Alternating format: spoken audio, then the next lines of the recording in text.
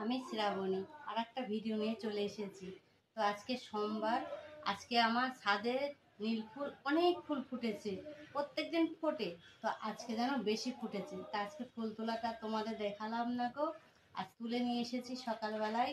যা রোদ, ফুলটা না তুলে নিয়ে আসলে পরে ফুলগুলো টপের মধ্যে, তো গাছের মাটিটা শুকিয়ে যায়, তখন কেমন যেন একটা হয়ে যায়।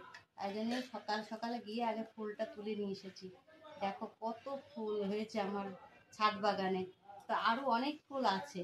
তো আজকে সোমবার, আজ আমি আমার মহাদেবের একটু মালা গেঁথে পুজো দেব। তাই সকাল সকাল তোমাদের সামনে একটা ভিডিও নিয়ে। বন্ধুরা, আমার ভিডিওটা কেমন হয় তোমরা একটু অবশ্যই কমেন্ট করে জানিও। জানি না ভালো হয় কি খারাপ হয়।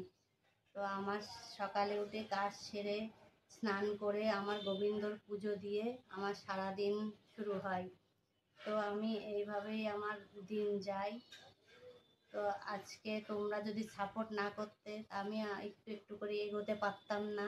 তো তোমরা সাপোর্ট করো বলি আমি একটু একটু করে এগোতে পারি।